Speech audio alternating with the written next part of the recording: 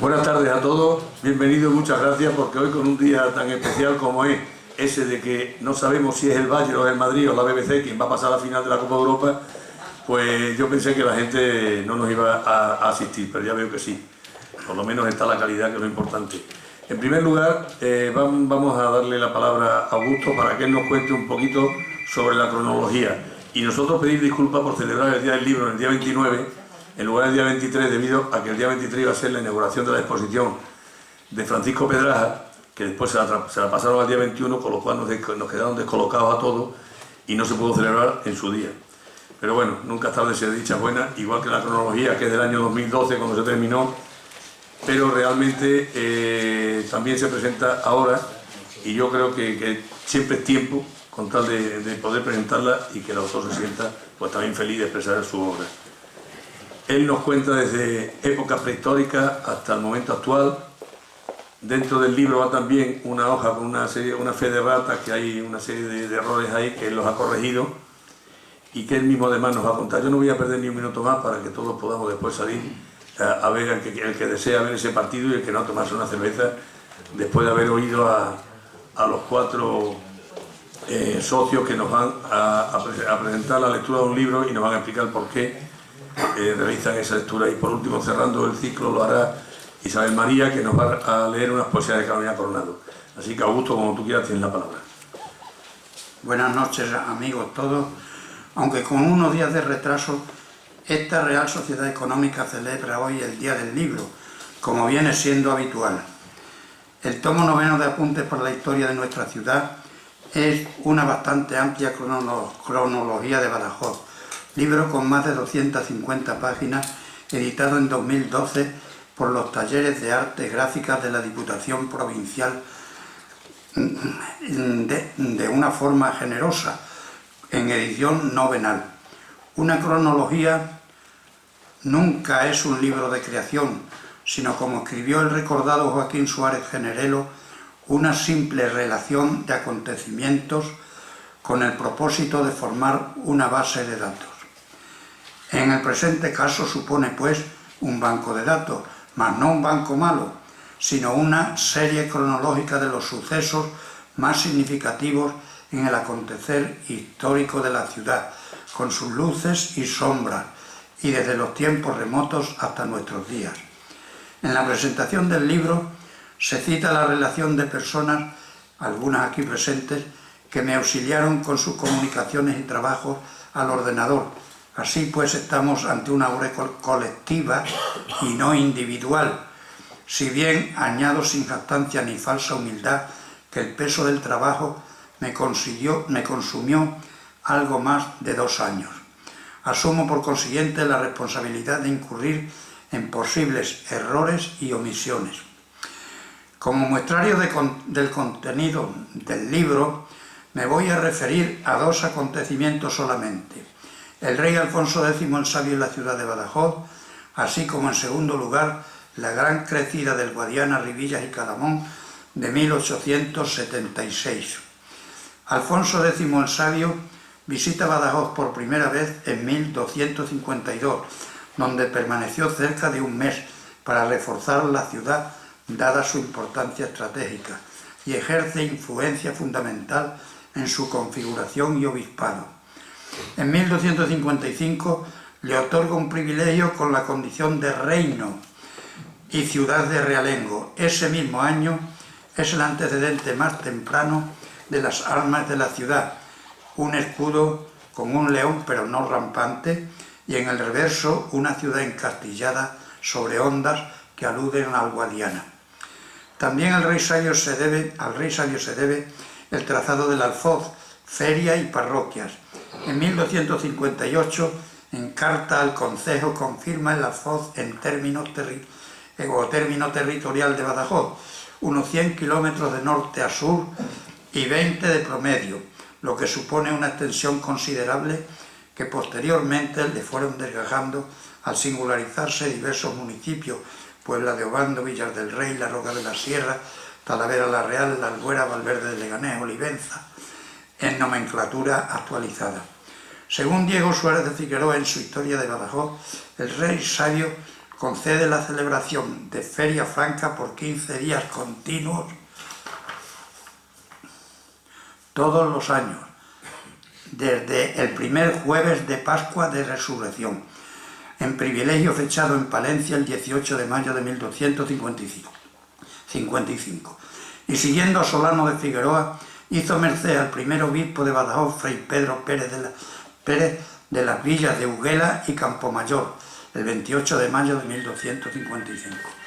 En cuanto a la tensión con Portugal, por cuestión de límites en el Guadiana en su curso inferior, con política de concordia, cedió el Algarve a su hija Beatriz, casada con el rey de Portugal, Alfonso III, pero los problemas persistieron hasta el Tratado de Badajoz en 16 de febrero de 1267, en que se fijan definitivamente los límites, pero permitiendo que rebasaran las aguas del Guadiana, donando las villas de Serpa, Moura, Mourón y Nadar en 1269, si bien se consolidaron definitivamente para Castilla las sierras de Aroche y Aracena, así como Ayamonte en la desembocadura del río. La Raya, así llamamos a la frontera hispanalusa, es la más antigua de Europa y sobrepasa los 1230 kilómetros. Vamos al siguiente. El 6 de diciembre de 1876, crecidas del Guadiana, Ribillas y Calamón. Una enorme crecida derriba 7 arcos del puente, desde el número, bueno, algunos dicen 8, desde el número 17 al 23, ambos inclusive, y comprende una longitud de 150 metros. El agua subió hasta 13,84 metros sobre su nivel normal. Las cotas que alcanzó se señalaron con mosaicos indicadores en Puerta de Palma, Trinidad, Pajaritos. El fotógrafo señor Olivenza captó el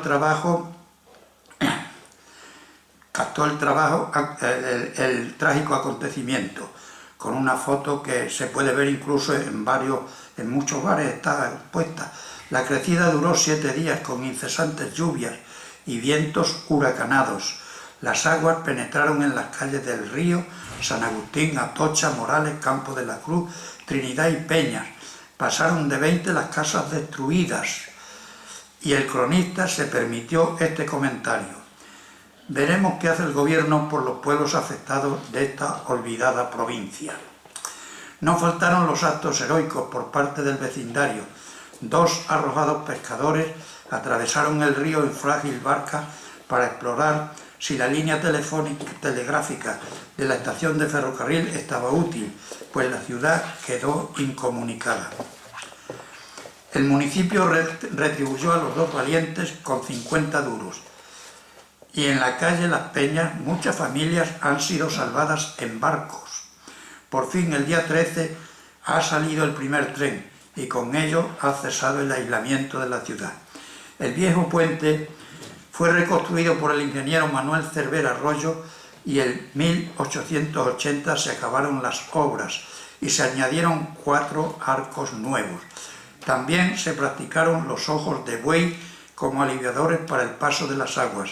Se erigieron los castilletes que lucen en la mitad del puente. Desde entonces, el viejo puente del Palmas no ha vuelto a ser dañado.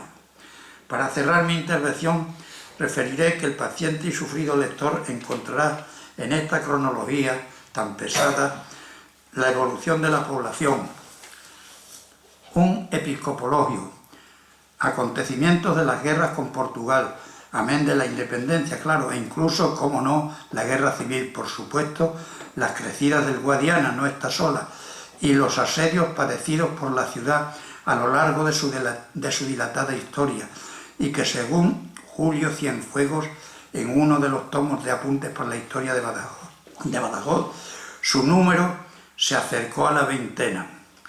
Muchas gracias por la atención prestada.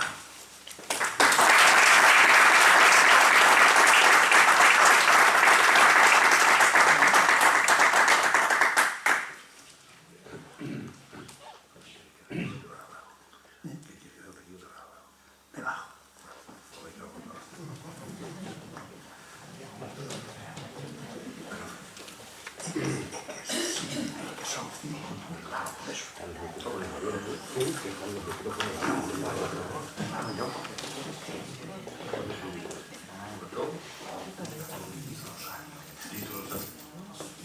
Ahora, por favor, si podéis subir los 4 que nos vaya a recomendar la lectura de los libros.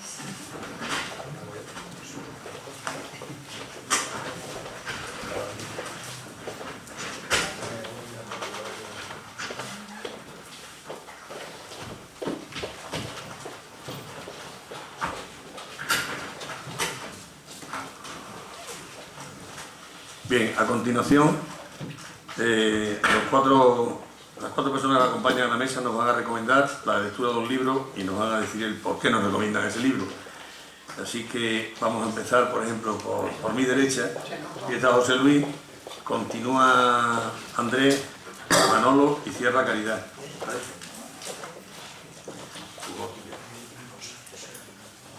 Voy a leer para no pasarme. Agradezco la gentil invitación que me hace esta querida institución para desnudar un tanto mis inclinaciones literarias. Lo hago un poco con pudor, pero sabedor de su comprensión. Y como me gusta ir al grano siempre, apunto primero que soy un devorador de novela histórica, aunque hasta hace bien poco mi profesión me dejaba poco tiempo libre para su disfrute. Pero como supongo de lo que se trata es de descubrir obras o autores un tanto fuera de la lista de los más vendidos, yo me atrevo a sugerirles hoy 2 libros. El primero, que lo fue también en llegar a mis manos en mi juventud, pertenece a ese género y me fue recomendado en su día por mi viejo y querido profesor de Historia, el hombre que me encaminó sin duda a estudiar esa licenciatura en la Universidad de Deusto. Se trata de El dios de la lluvia llora sobre México, del húngaro László Pasut, cuyo solo título ya invita a su lectura. Recrea, con una prosa exquisita y bien documentada, la fascinante conquista del Nuevo Mundo por nuestro Hernán Cortés y lo que ese choque de 2 culturas tan opuestas, la española y la azteca, supuso para ambas civilizaciones. Tanto me atrajo su lectura que cuando recibí la invitación para presentarme ante ustedes, lo busqué en mi humilde biblioteca sin éxito. Ya sabe que quien presta un libro a una hija se queda sin libro, naturalmente. Y he vuelto a comprarlo porque volveré a leerlo, pero su larga extensión no me ha permitido hacerlo en estos pocos días y ajetreados en que una nueva nieta ha llegado a mi vida.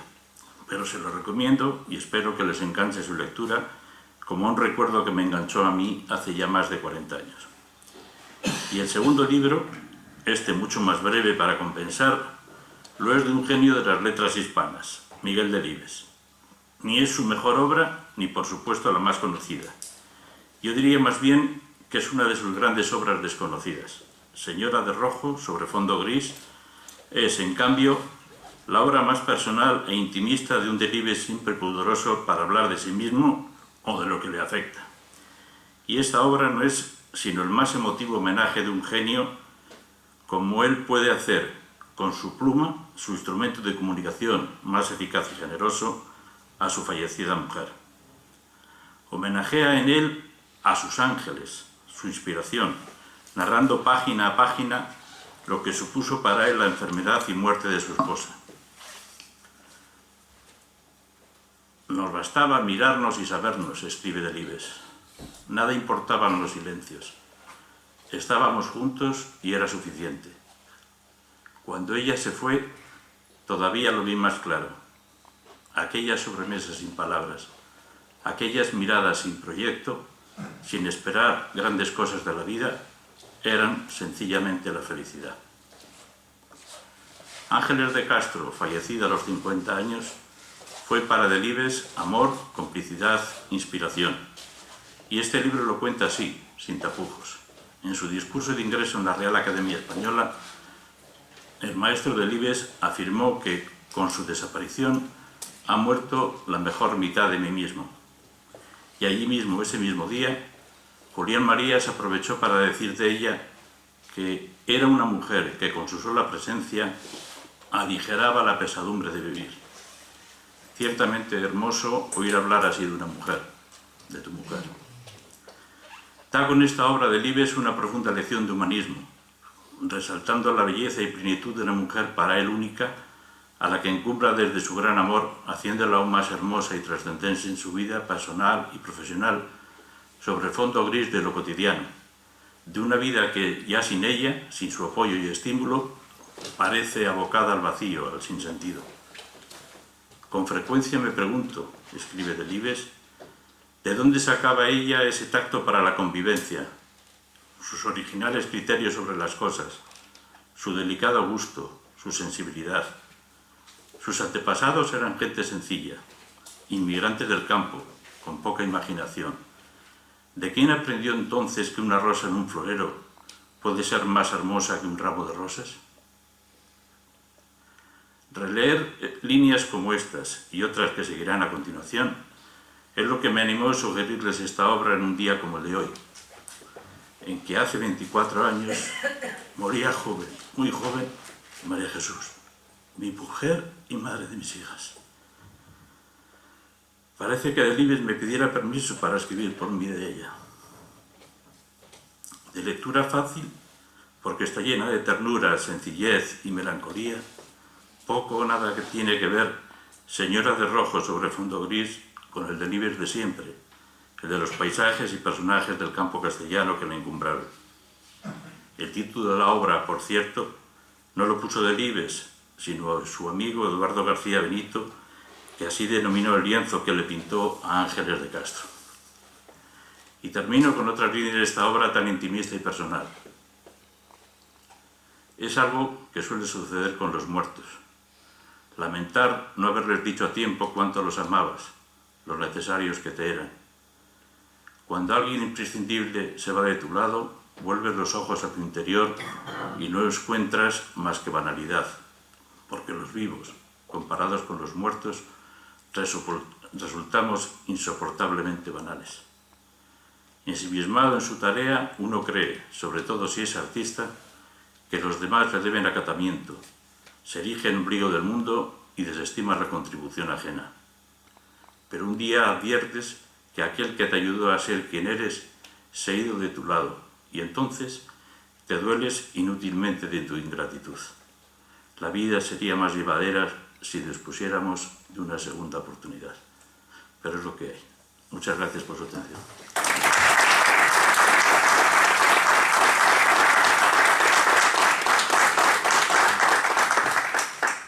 Muchas gracias, José Luis. A mí me ha resultado emocionante la narración de tus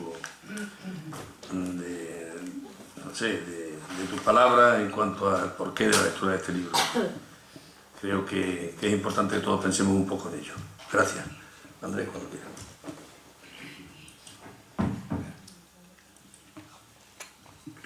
Yo, rebuscando y mirando en la biblioteca un libro para comentar o para recomendar, con motivo del Día del Libro de 2014, me encontré este, que se titula Cómo leer un libro, de Dolores Rico Oliver y ilustrado por Antonio Mingote.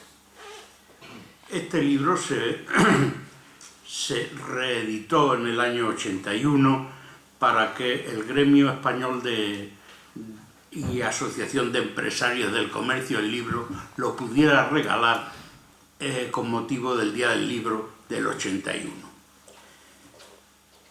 Es un libro que tiene muchas cosas que poder comentar y por lo que poder recomendar, pero como estamos acortando tiempo, voy a lo que más me ha llamado la atención. Me ha llamado la atención fundamentalmente, o una de las cosas que me ha llamado, es las magníficas ilustraciones que tiene y chistes que tiene sobre el libro, este libro, entre sus páginas. Son como todas las cosas del maestro Antonio Mingote, muy buenas.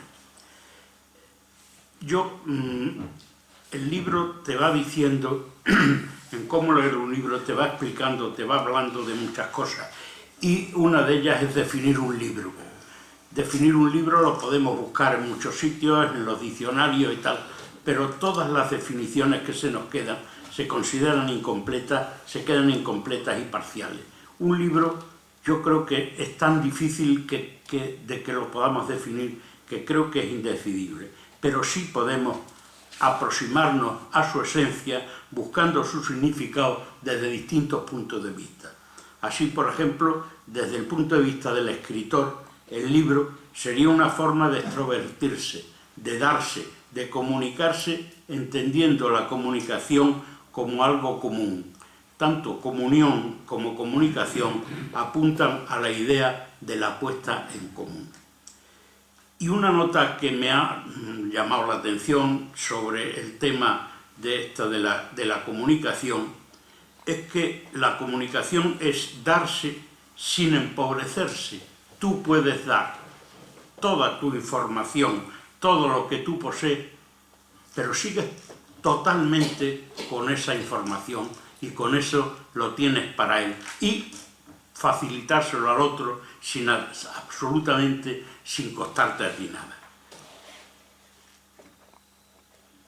El autor podrá dar su intimidad, su imaginación, sus conocimientos, según el género a que se dedique, pero la actitud de dádiva existirá siempre. Su visión del libro como objeto será secundaria, simplemente será el vehículo que transporta su mensaje. La visión de un editor será, bueno, pues cómo incidir con el mensaje en la sociedad, como un objeto material, bello, estético, como un objeto económico, como fuente de beneficio, sería otra visión.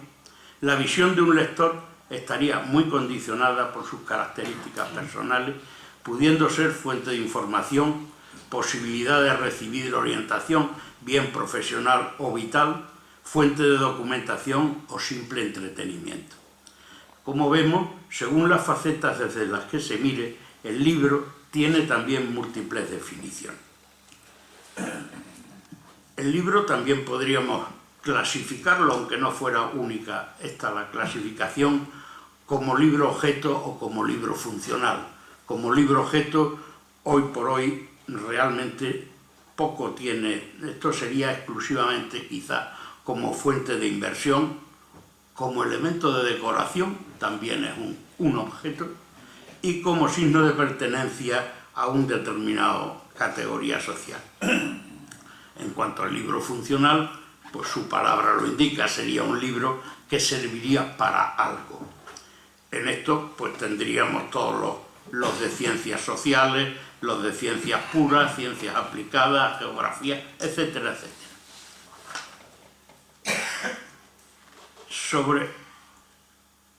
Y luego, bueno, pues todos estos libros sobre las materias estas que hemos comentado serían libros con un fin utilitario.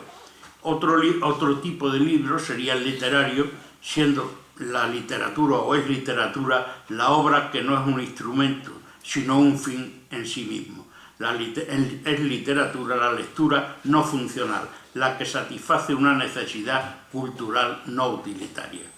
Este estilo se opone por completo al libro objeto y libro funcional. Y luego, ¿qué es la lectura? La lectura es un ejercicio dinámico, en contraste con los medios audiovisuales que tienden a pasivizar. En la lectura se pone en juego la inteligencia, la sensibilidad y la imaginación, así como despierta la curiosidad intelectual o científica, abre caminos a la experiencia y a la exploración. Es también un ejercicio progresivo, nunca regresivo ni estático. El lector, durante el ejercicio de la lectura, recrea lo que el escritor ha creado para él. El libro no lo da todo hecho. Esto no ocurre con el cine o la televisión, sobre todo con esta última, al darlo todo terminado, digerido, pasiviza notablemente. ¿Cómo leer un libro? Virginia Woolf tiene un interesante ensayo titulado «Cómo hay que leer un libro». en el que dice, con esto termino estas palabras y me uno a las palabras de Virginia Woolf, que dice: ante todo, quiero poner de relieve que el título de este ensayo está escrito entre signos de interrogación, y así es debido a que, aun si pudiera contestar la pregunta, esta contestación solo sería válida para mí y no para vosotros. En realidad, el único consejo que una persona puede dar a otra en lo referente a leer es que no siga consejo alguno, que solo siga su propio instinto, que solo use su propia razón y que llegue a sus propias conclusiones. Muchas gracias.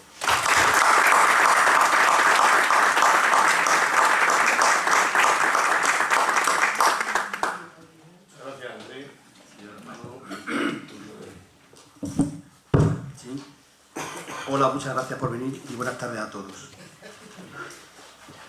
Este libro que traigo como referencia para su lectura nos acerca a un periodo de Extremadura mientras se libraba el futuro de Isabel de Trastamara como reina.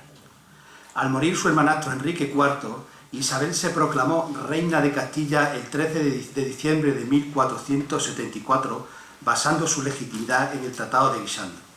Estalló entonces la Guerra Sucesoria Castellana, 1475-1479, entre los partidarios de Isabel y los de su sobrina Juana. Aunque tradicionalmente la zona del Duero ha centrado el análisis de esta guerra, las principales familias que controlaban el territorio extremeño, junto con las órdenes militares ubicadas en este territorio, también se veían afectadas por esta lucha. El Tratado de Alcasovas puso fin a esta contienda, reconociendo a Isabel y Fernando como reyes de Castilla, a cambio de ciertas concesiones a Portugal. A fuego y sangre. La guerra entre Isabel la Católica y Doña Juana en Extremadura 1474-1479. Editora Regional de Extremadura.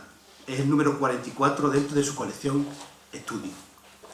Nos acerca a esta etapa de la Baja Edad Media, localizando el escenario principalmente en nuestras tierras extremeñas por ser frontera con el Reino de Portugal. Su joven autor, Carlos Jesús Rodríguez Casilla, licenciado en Historia por la Universidad de Extremadura, está haciendo doctorado en Historia Medieval con su tesis Guerra, Política y Sociedad en la Extremadura Bajo Medieval. En el año 2007 obtuvo el Premio de Jóvenes Investigadores, otorgado por la Fundación Xavier de Sala. Tiene otro libro, Don Alonso de Monroy, Maestre de Alcántara y Señor de la Guerra, editado por la Diputación.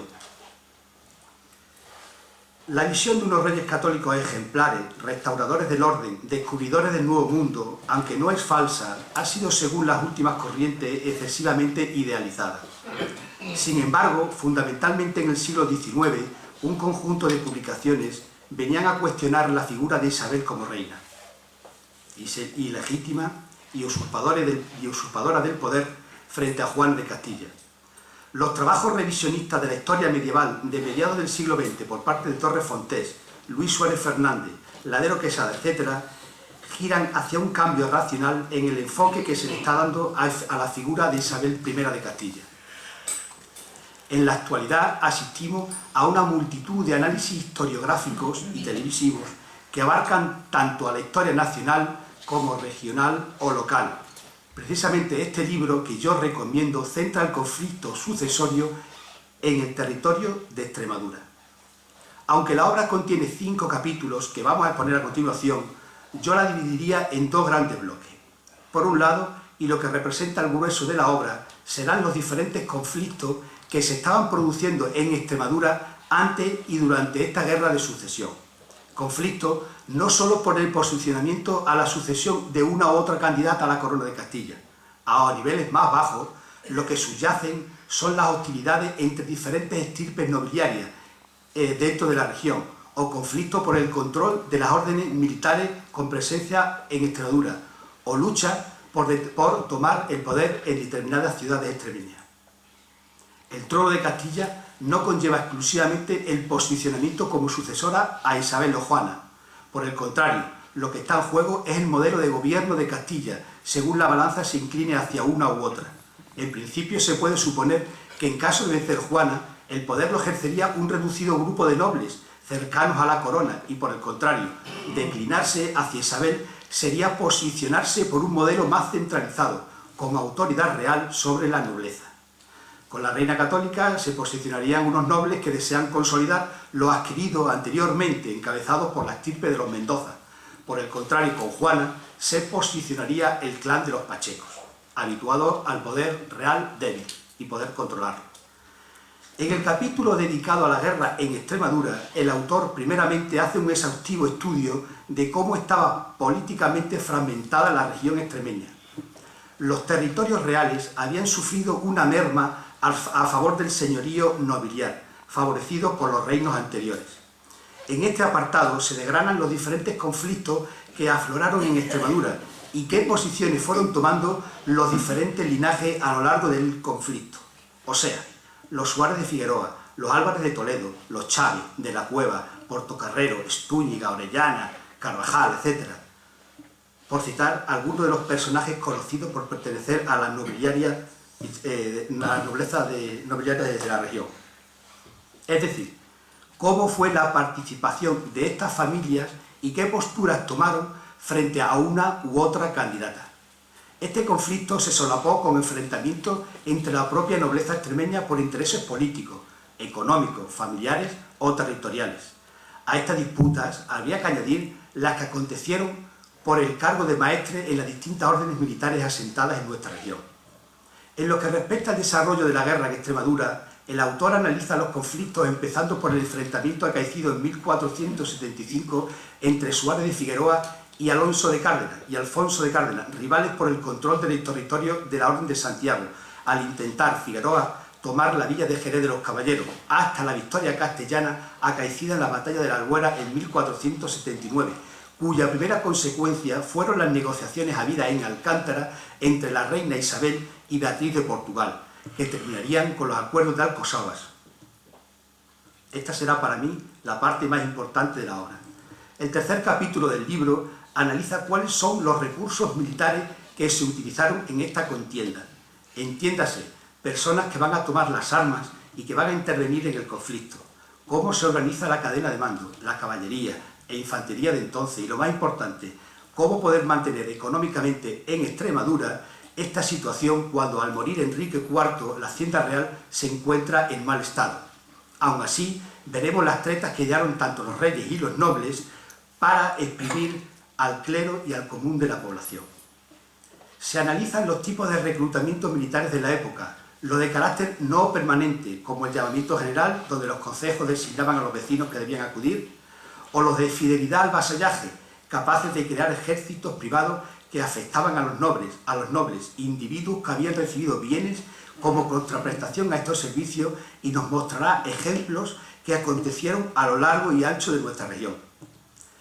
También existieron contingentes de duración permanente, lo que le otorgaba un mayor nivel de profesionalidad y de disciplina, como fueron la Hermandad General, un grupo de gente armada y pagada en base a una fiscalidad para perseguir a malhechores y criminales. Casualmente, la propaganda utilizada por los cronistas vencedores de la época trataban como bandidos a los últimos partidarios de Doña Juana. Otros contingentes permanentes, caracterizados por su jerarquización, disciplina y entrenamiento, eran las órdenes militares, que durante el conflicto sucesorio estaban inmersos en luchas internas y que supieron aprovechar los reyes católicos en su beneficio. De igual forma, el autor hace una breve aproximación del ejército portugués, con sus diferencias y similitudes con el castellano. El capítulo cuarto justifica y analiza las tácticas y estrategias utilizadas frente a determinados analistas militares que señalaron su inexistencia durante este periodo. El autor comparte la tesis que apuntan a que la guerra medieval consistió fundamentalmente en asedios, acompañados de grandes devastaciones y escaramuzas, con alguna infrecuente batalla, generalmente muy sangrienta. Todo esto se soportó en nuestras tierras, donde queda documentada con muchos ejemplos.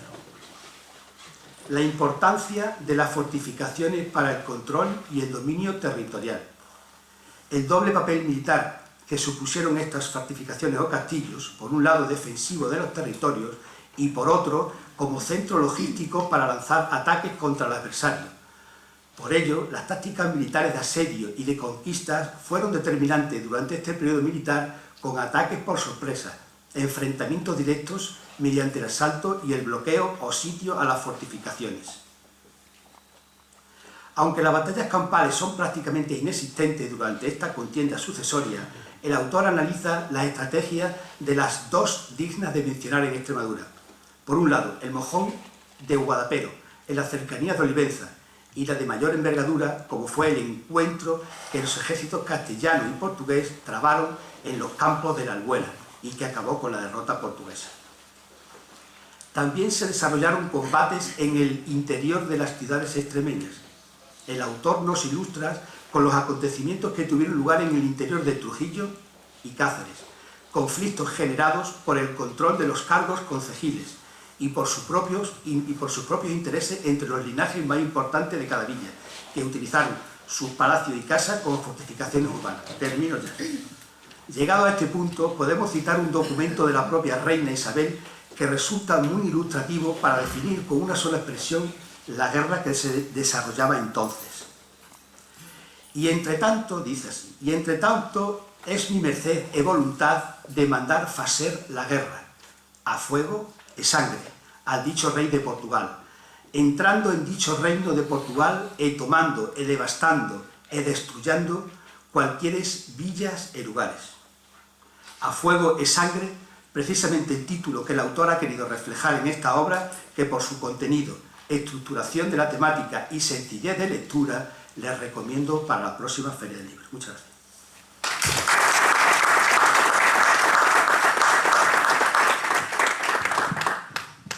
Gracias, Manolo. Caridad, cuando quieras. Gracias. Buenas tardes.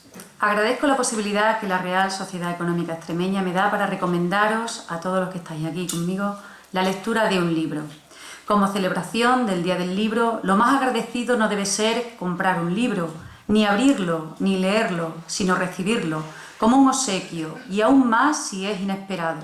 Y si es un gesto que parte de la propia generosidad del que escribe por amor al arte, siempre pienso que ese es el buen escritor, el que solo pretende ser leído, como es el caso del libro del que quiero hablaros, que lleva por título Cuentos de la maldita resignación, y su autor, Tomás, no un Tomás cualquiera, sino uno que en sus renglones poco torcidos se da a cada palabra que honra y le honra. Es Tomás Martín Tamayo. Y dicho libro me aflige tu libro, Tomás. Tomás es un gran cuentista, con la ironía justa para retratar a la sociedad extremeña de ayer, de hoy, y si no tomamos conciencia social rápidamente, describirá también a la de mañana, un mañana resignado. Habrá que evitarlo. Es un libro cuya dedicatoria personal es ya todo un manifiesto de conciencia y de toma de ella, pues la más importante, la primera, se la dedica Tomás a su familia, para Pili, a nuestros hijos. Así, el autor de esas 142 páginas que componen sus cuentos nos lleva a unos años sin crisis económica acuciante, pero que ya se masca la resignación, allá por 1997, donde se lanzaron 2000 ejemplares, tal y como bien critica en su contraportada y en su prólogo Manuel Pecellín Lancharro. En la página 143 se refleja el buen hacer de Aprosuba, una honrosa institución nada resignada. Cuentos de la maldita resignación no es un título nada atrayente. Es más, si la crisis actual no atacase tanto a mi bolsa de los caudales, habría preferido ir de compras, de cañas, e incluso haber leído una novela rosa antes que abrir un libro que me muestre a una clase media extremeña que comenzó a desaparecer ya en esos años y que ahora va a ser rematada. Es cuestión de un par de rescates bancarios más y adiós. Resignémonos, pues, porque mal de muchos. Ay, Tomás, Tomás, tus cuentos siguen de una rabiosa actualidad, que para qué contarte. Desde tu primer cuento titulado Resignación, en el que ya tus personajes se resignan a soportar una lluvia cansina. Y como me gusta fijarme en las personalidades de las que se dota a los personajes, juguemos a las adivinanzas, de encuadrar cada cuento en uno de los 7 pecados capitales, si es posible. Al menos lo intentaré. Encuadraría resignación en la pereza, como única respuesta a esa desgana y mansedumbre que gota a gota empapa al futuro sin rebelión, en un dejar hacer, dejar pasar.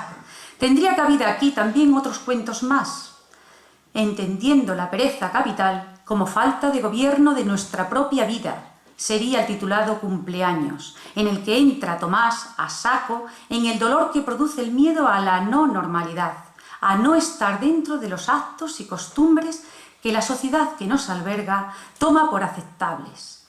Y este pecado puede rayar en el conformismo perezoso, como en el cuento La Paquita, o en el sin gobierno, encajado perfectamente en los titulados Tardaré y volver no existe. Sigamos con el juego de ver el resto de los cuentos desde la perspectiva de los 7 pecados capitales. A través del vicio se puede caer en el desorden de la resignación, o lo que es lo mismo, en la gula por el alimento, aunque sea caldoso o espiritoso. Tenemos una serie de relatos condicionados por ella, como son El cortejo, donde nos asalta Tomás con la posible idea de que para luchar contra la vida que nos ha tocado vivir, podemos coger el camino de en medio, o pasar la mayor parte de ella fuera de ella, ayudados por el alcohol. Un pecado cada vez más frecuente en los medios de comunicación que nos asedian es la ira. Sin llegar a ser furiosa, encajan aquí varios relatos en los que Tomás deja entrever que a ella se puede llegar por daño interior, como en 2 balas, o por el daño que se recibe en lo material. Así sucede al otro lado de la pared. Tomás nos describe modélicamente a la lujuria en el cuento fugaz y magistralmente destroza en la mar y el acantilado, llegando a mostrar al lector en la saeta la resignación a la carne, con un «qué débil es la carne», aunque su lenguaje más lujurioso lo utiliza en el cuento titulado Retrato, donde va describiendo la fisonomía de una bella mujer, como quien enarbola una a una las velas de un barco, pensando si se hace a la mar o triunfa la castidad y permanece amarrado en el puerto hasta que sea autorizado. Por mamón es la avaricia como engaño o manipulación de la autoridad, y que también nos describe Tomás la situación de ganarse una condecoración. Situaciones surrealistas que rozan lo macabro y que podríamos englobar en la locura. Tales cuentos son Mil rostros, Suena el teléfono, El último traje, una locura absurda y contagiosa en Me da la hora, una locura colectiva en El mercado y una locura producida por los demás al no ser capaz de soportar la realidad en La grillera. Podríamos entrar a juzgar si en el cuento de la piscina, donde se relata la visión de uno mismo, puede alcanzar al pecado más importante, el que tuvo el propio demonio al creerse igual a Dios, la soberbia. Desde luego Tomás sí nos presenta la visión de este pecado no en el protagonista del cuento bien hablar, sino en la mujer que es observada. En Mar adentro me ha parecido ver la descripción de una persona cabal que en un momento determinado de su vida es atacado por las faltas menores de la soberbia. Así podía ser entendido como un personaje que se vanagloria, que es hipócrita y hasta altanero, guardando una ambición desmedida, pero que debido a su defecto físico solo aparece en la búsqueda del amor, autodestruyéndose al no ser capaz de resignarse a perder, posiblemente, lo único que quiere, ser amado. En el cuento Confesión nos muestra el autor a un varón que vive preso del egoísmo y del interés personal desmedidos, hasta tal punto que convive con un ser que jamás le llevará la contraria, cayendo irremediablemente en la pertinacia, que ataca, es una falta menor también de la soberbia, que ataca a los que se mantienen adherido al propio juicio sin tomar en cuenta el conocimiento de la verdad, por lo que se engaña a sí mismo, pretendiendo llevar una vida normal con una rara compañía. El espantapájaros es la envidia. Solo se quiere el mal al prójimo, y eso nos hace creer que somos piezas fundamentales de un inmenso y verde prado, pero que somos meras marionetas del poder al que servimos de alimento. Es difícil encuadrar en los 7 pecados capitales a los 2 últimos cuentos que abordo en esta presentación del libro Cuentos de la maldita resignación, y no es porque no lo haya intentado, aunque estoy segura que Tomás coincidirá conmigo en que nos resignamos a llevar una vida determinada, aunque no nos guste, porque somos animales de costumbres, tal y como creo observar en el vendedor del título Oiga, e incluso haciendo de lo extraordinario algo normal, como en el cuento El abuelo, que trata sobre la resignación de una familia que no altera para nada la costumbre de celebrar las fiestas navideñas, anteponiéndola al velatorio del abuelo, puesto que la muerte es lo último que acontece y contra ella solo nos queda la resignación, a veces hasta maldita. Ha sido para mí un placer y espero que mis palabras les haya producido un interés desmedido por leer a Tomás Martín Tamayo en cualquiera de los muchos libros que tiene publicados y que él tan generosamente ha regalado a la biblioteca de esta maravillosa casa que nos acoge. Muchas gracias a todos por escucharme. Gracias.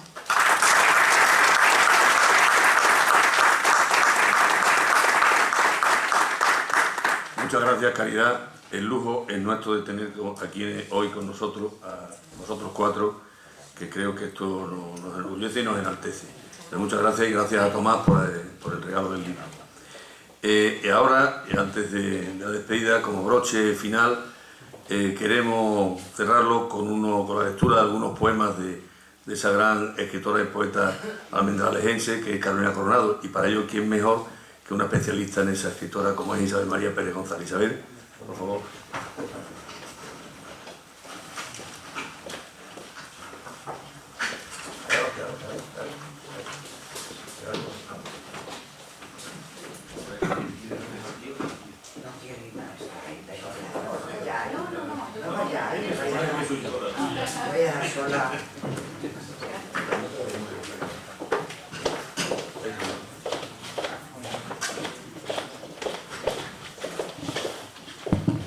Bueno, he de dar las gracias a Carlos por haberme invitado a recordar esta tarde a Carolina a través de sus poemas y a través de mi voz. No voy a leer muchos poemas, bueno, no tanto por la prisa del partido, porque la victoria de mi Atleti es mañana, por tanto hoy no tengo ninguna prisa. He de decir que quiero ser breve porque la lectura de la poesía del siglo XIX tiene, no tanto la lectura como su escucha, tiene cierta dificultad. Ya sabéis que la poesía romántica tenía algo de retórica, a veces excesiva, que enrevesa el contenido, incluso yo creo que traspapela la emoción que el poeta le ha querido dejar en sus palabras, y para quien está escuchando puede en determinados momentos resultar farragosa y por tanto perderse la emoción que decía antes de que pueda tener el poema. Se me ha ocurrido empezar buscando, es verdad que es un poquito larga, pero si vemos que no cumplo mi promesa, pues leo luego menos de las otras. No, eso nunca. No, veréis, como va a ser Botua, y como Carolina, de los pocos poemas narrativos que escribió, precisamente dedicó uno a recrear la leyenda en torno al nacimiento, el milagro y la historia de la Virgen, que daría luego origen al santuario o a nuestra ermita de Botua, que va a ser ya el domingo. Pues creo que por ahí podríamos empezar para recordar esa leyenda. Es un romance y titula la autora La encina de Botua. En la raya que divide el Portugal de la España, al lado de un regatillo, a unas encinas pegada, como a un cardo, un caracol, tiene don Diego una casa a donde a veces le lleva más que su amor a la caza, el deseo de tener a su mujer más aislada. Porque en el pueblo no vive, ronda, mira, cela, indaga y le enojan y le inquietan hasta las sombras que pasan al través de las espesas celosías de sus ventanas. En el campo más tranquilo, respira, duerme, descansa, mas no con tal abandono y tan ciega confianza que se deje de examinar si algún caminante pasa, si para algún cazador bajo la encina cercana, si viene alguno a pescar a la ribera inmediata.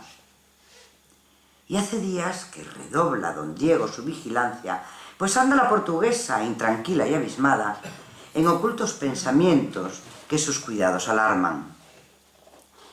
Ya la ha hallado por 2 veces, al tornarse de la caza, discurriendo entre las sombras de unas encinas lejanas que van formando una gruta con sus copas enlazadas, y ha observado por 2 veces que al acercarse a llamarla temerosa entre los árboles, el cuerpo le recataba, por lo cual ha decidido, lleno de celosa rabia, oculto hacia aquellos sitios, aquella tarde, acecharla. Es don Diego Mercader, un hidalgo catalán, que si no lo testarudo y celoso por demás de los esposos, hoy día fuera modelo cabal. Otro defecto le añaden los que no le quieren mal, el de ser irreligioso, pues afirman, además, que a su consorte reprende por su continuo rezar, a tal extremo llevando su impía temeridad que derriba las imágenes que en un figurado altar la devota portuguesa tiene con grande piedad. Mas estos son tan ligeros lunares que por hablar la gente los escudriña entretenida y mordaz.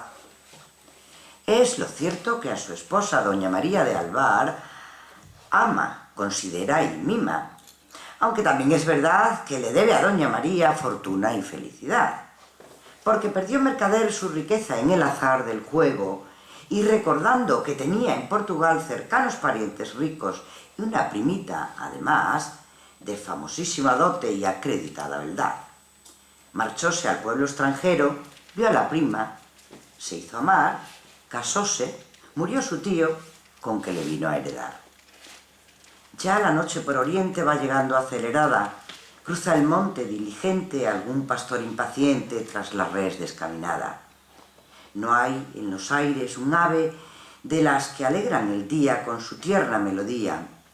Los bueyes el paso grave mueven en pos de su guía.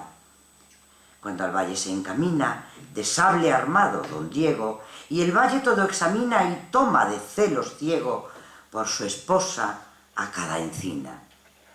Párase de trecho en trecho, tras cada bulto perdido, y al ver su engaño deshecho, el corazón en el pecho se le salta enfurecido.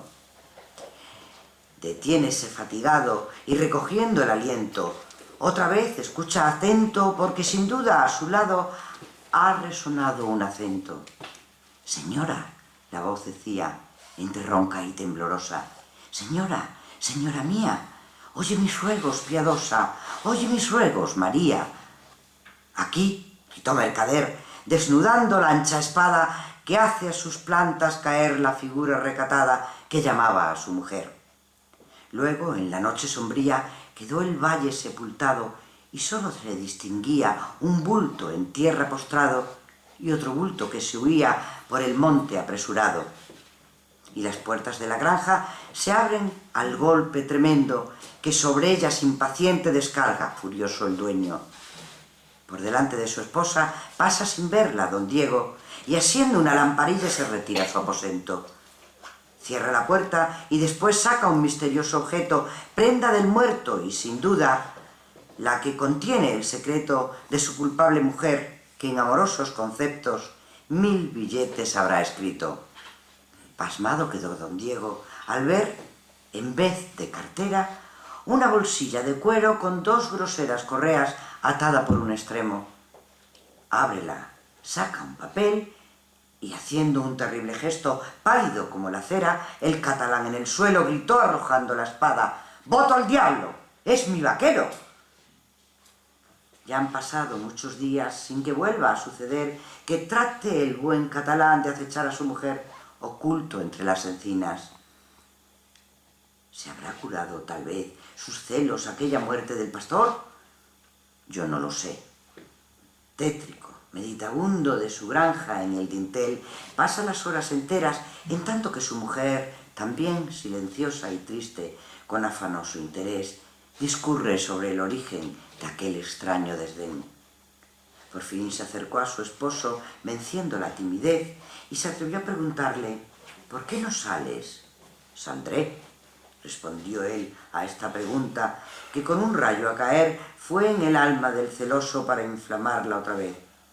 «Voy a caza», dijo luego, «y hoy muy tarde volveré».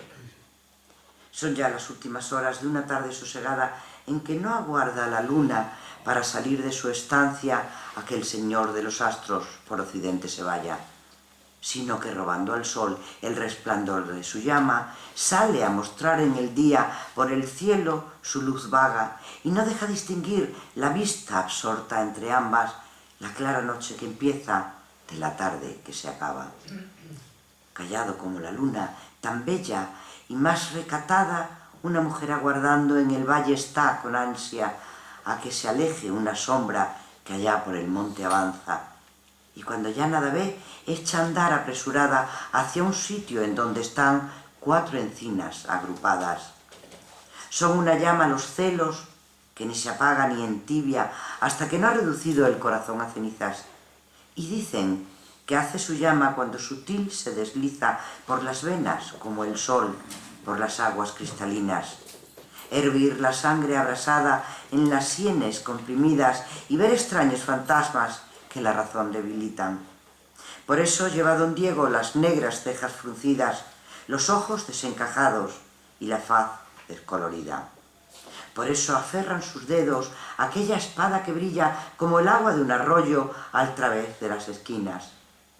Por eso, en aquel pastor que del valle se retira, ve a lo lejos al incógnito galán de doña María. Porque son llama los celos que ni se apaga ni entibia hasta que no ha reducido el corazón a cenizas. Dio el hidalgo una estocada, dio un grito doña María y con la vista clavada en una encina elevada cayó de rodillas fría. Alzó la suya medrosa, siguiendo la de su esposa don Diego, hacia aquella encina que una ráfaga dudosa del crepúsculo ilumina. Y vio la santa figura de una virgen de madera que la blanca vestidura a medias por la hendidura del tronco mostraba fuera. Y vio el misterioso altar que su esposa ha hecho adornar de las más hermosas flores a donde vienen a orar por la tarde los pastores. Y allí cayó de rodillas. La luna, que alumbra en tanto sus facciones amarillas, dejó ver en sus mejillas 2 tristes gotas de llanto. La encina desde aquel día muestra en su copa sombría cada bellota sagrada con la imagen de María en su corteza grabada. Bien, ya conocéis también que según la leyenda en la dehesa de Botoa no hace falta.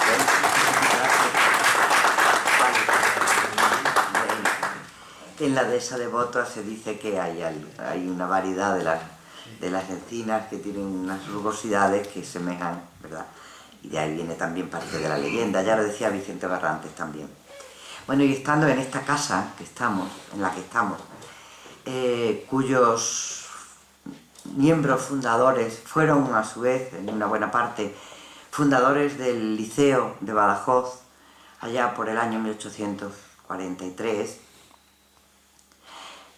me ha parecido oportuno elegir ese poema, digamos, de temática civil, de ensalzamiento de Extremadura y de incluso impulso a los jóvenes extremeños que escribió Carolina precisamente para la inauguración del curso académico en el Liceo de Badajoz en el año 1845.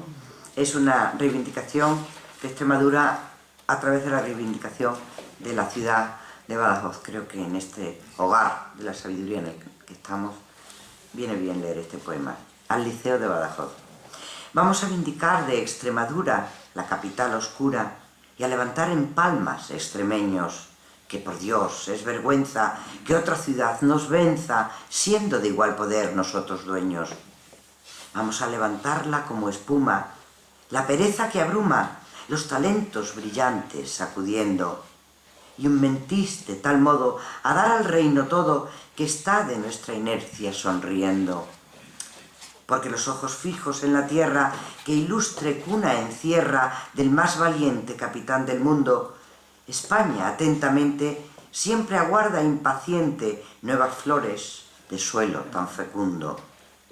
Porque tuvimos héroes esforzados, vernos quiere ilustrados, porque tuvimos sabios y poetas, nos piden ciencia y canto, y nosotros, en tanto, mudos dejamos nuestras glorias quietas.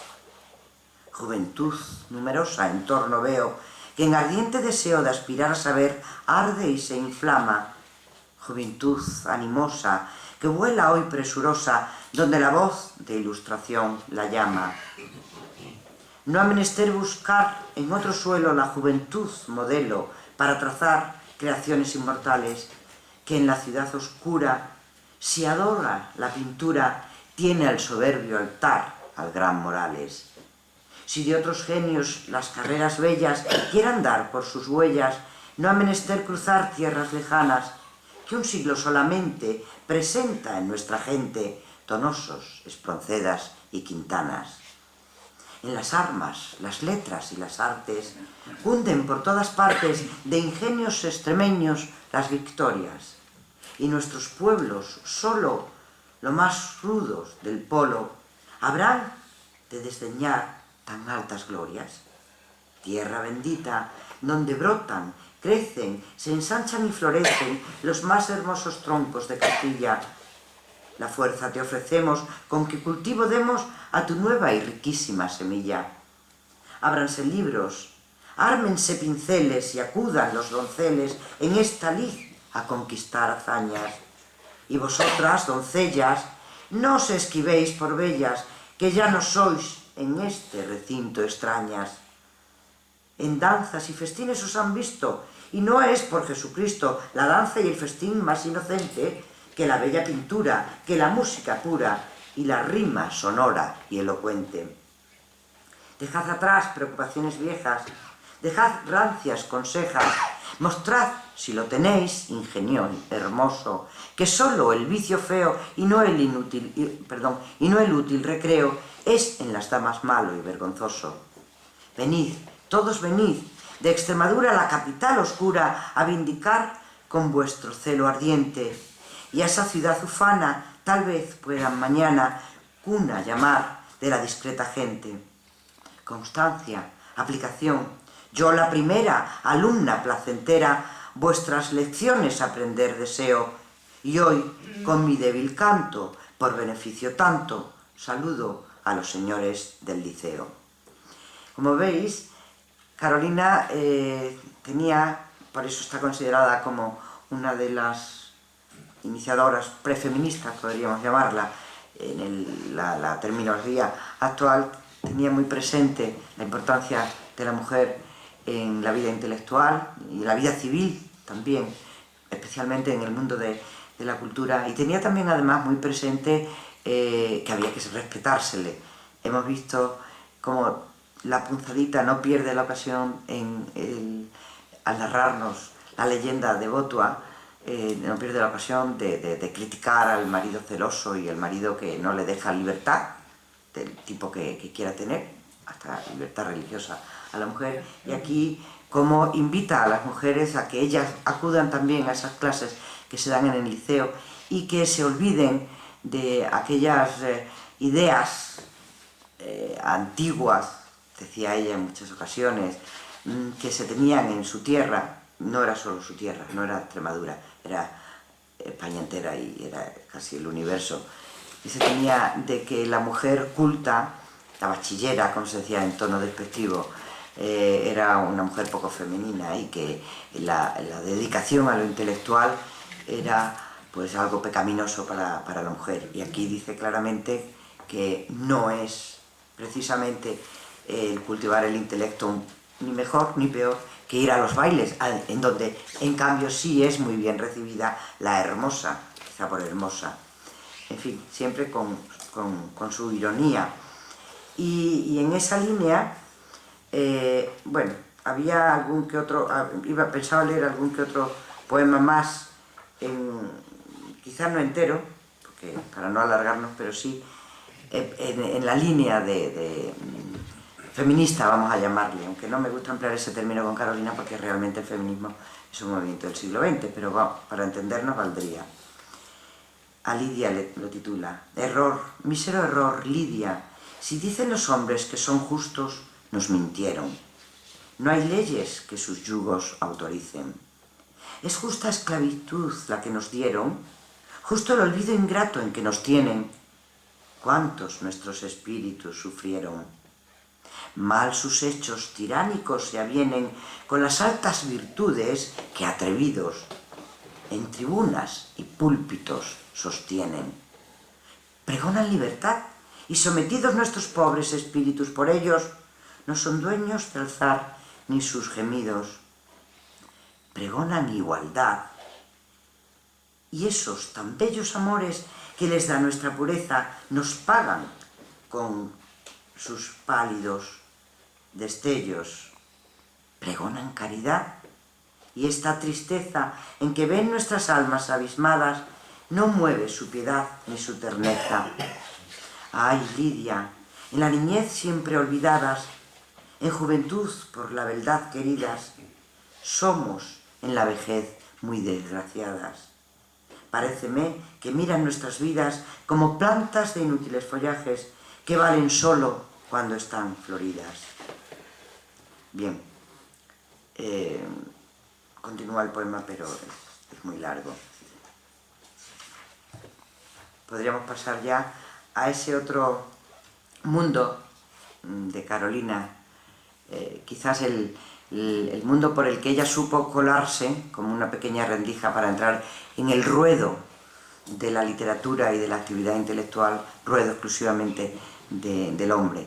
Ella empezó escribiendo poemas como una señorita que borda flores e insectos al bastidor, tal como si fueran pequeños bordados, eran pequeños poemas a las flores de jardín, a las plantitas caseras, a ese mundo doméstico que era el mundo destinado a las mujeres y por el que ella, muy astuta, sabía que la iban a dejar entrar. Por ahí empezó hasta llegar después a una poesía mucho más comprometida.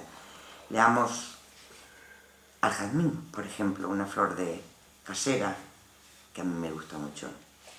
Orgullo de la enramada, blanca y leve florecilla, más que todas delicada y más que todas sencilla. Muestra el lirio temblorosa la faz cristalina y pura, y ostenta encendida rosa la peregrina hermosura. Alza bella la azucena, la copa tersa y nevada, de ricos ámbares llena, de 1000 abejas cercada. Pero ¿quién tu brillo iguala, viva flor del cano estío, que luces entre tu gala como espuma en claro río? Por sencilla y delicada, en el jardín entre ciento, fijas tú, flor, la mirada, y fijas el pensamiento. Y por el seno argentino, que blando perfume expira, do bebe néctar divino la abeja que en ti respira. Flor graciosa y nacarada, la más tierna de las flores, oh 1000 veces bienadada, la que roba tus amores.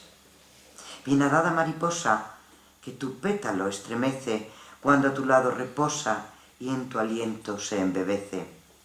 Por delicada y sencilla, en el jardín entre ciento, se fija en ti, florecilla, mi vista y mi pensamiento.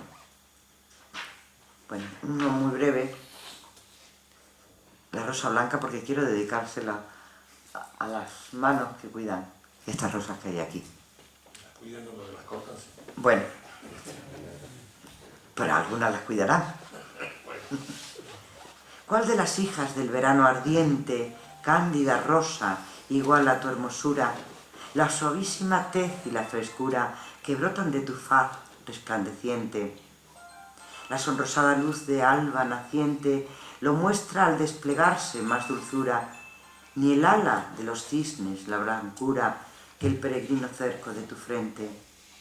Allí, gloria del huerto, en pomposo ramo descuellas desde el verde asiento, cuando llevado sobre el manso viento a tu argentino cáliz oloroso, roba su aroma insecto licencioso y el puro esmalte empaña con su aliento.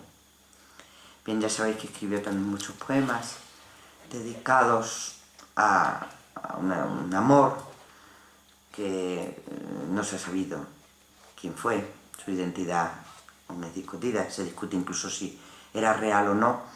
Y en esos poemas de amor enmarcados en la tierra extremeña hubo pues muchos poemas que de algún modo nos llevan a estas tierras nuestras.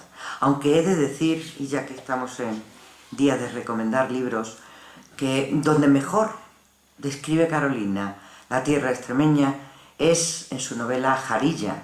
No en vano, es una novela en la que ella personaliza distintos parajes de la sierra en torno a Monsaluz.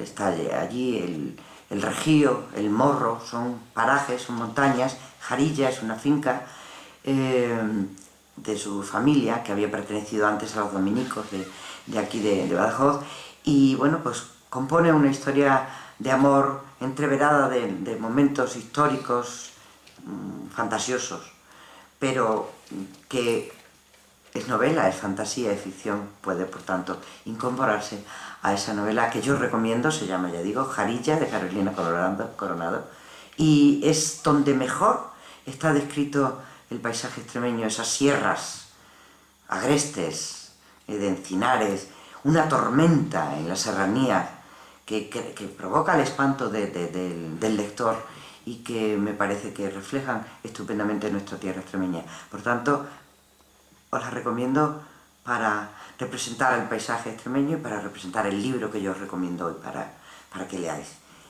Creo que podríamos terminar con un poema que tiene mucho de aquello de el carpe diem y la llegada antes de que disfruta la vida antes de que la muerte llegue y te borre la existencia. Ella lamenta, ella habla de la brevedad de la vida, también el tempus fugit, la brevedad de la vida identificada con la brevedad de las flores. Y a mí me gusta pensar que se ha equivocado, porque dice así, Gloria de las flores: si las flores del jardín mueren joven con el día, también las de mi poesía muerte igual tendrán al fin, aunque un poco más tardía. De abejas la tumba ahora, el ramillete florido de mis cantares adora, mas cuando hayan perecido abejas, arpa y cantora, tras los años destructores, ¿sabes tú si de esas flores que hoy brota mi pensamiento no se habrá llevado el viento hojas, aroma y colores? Más corto o más prolongado a todos ha señalado la suerte en la tierra fin. Muere la flor del jardín después que la flor del prado, y aunque un poco más tardía quiera acercarse la muerte a la flor de mi poesía, también de la misma suerte ha de llegarle su día. Porque otros hombres vendrán y mi libro carcomido por acaso no verán, o de mi ramo querido las flores desdeñarán, y marchito, deshojado como las flores del prado y las flores del jardín, con ellas quedará al fin mi ramillete enterrado. Bien, me gusta que esta tarde podamos constatar todos que no ha sido olvidada y que su ramillete de poemas no ha sido enterrado, sino que está bien vivo. Muchas gracias.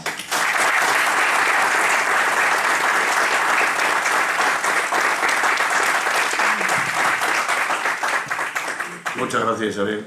Y ahora, antes de que nos marchemos y recojamos a la salida otro libro, estos son gracias a que Indugrafi, como más de uno de vosotros sabéis, cuando cerró su editora, nos regaló todos los títulos que tenía allí y nos dio 3000 y pico de títulos.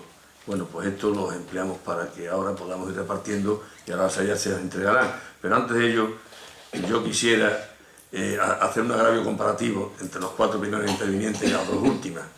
Y os ruego a los 4 primeros que me disculpéis.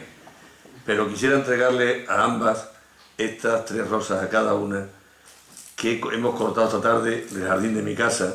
Tened cuidado que algunas llevan alguna espina todavía.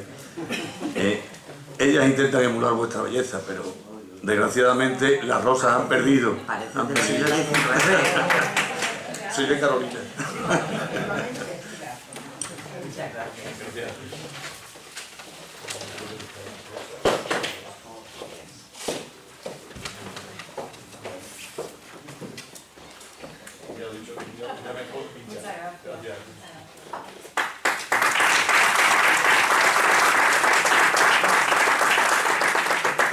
Gracias a todos y buenas tardes.